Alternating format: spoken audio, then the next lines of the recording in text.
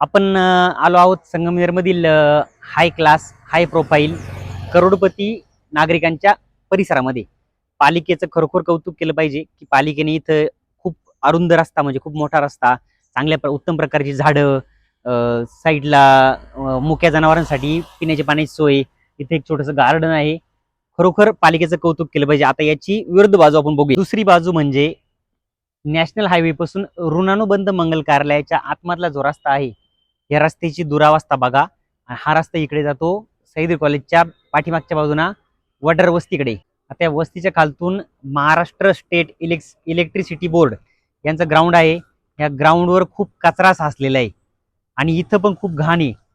आता विषय असा आहे, अगोदरची बाजू दाखवली ते लोक टॅक्स भरतात आणि इथले लोक टॅक्स भरत नाही का? तिथे माणसं राहतात आणि इथे काय जनावर राहतात का? ही सामान्य माणसाची लायकी आहे का? शासन प्रशासनाने हा विरोधाभास का निर्माण केला? त्यांना जेवढ्या भारी सुविधा आहेत तेवढ्या भारी सुविधा यांना का मिळू शकत नाही? हा प्रश्न पालिकेला आणि प्रशासनाला माझा आहे. या गल्लीमध्ये एवढा छोटासा रस्ता आहे, इथं जर एखादी मोठी ॲम्ब्युलन्स रुग्णवाहिका न्यायची वेळ आली, एखादी गॅसची रिक्षा जरी त्याकडे न्यायची वेळ आली तर रिक्षा जाऊ शकत नाही. या लोकांना पालिकेने सुविधा उपलब्ध करून दिल्या पाहिजे. पालिका का तसं करत नाही? म्हणजे ही श्रीमंताची आणि गरिबीची दरी का निर्माण करते हे प्रशासन?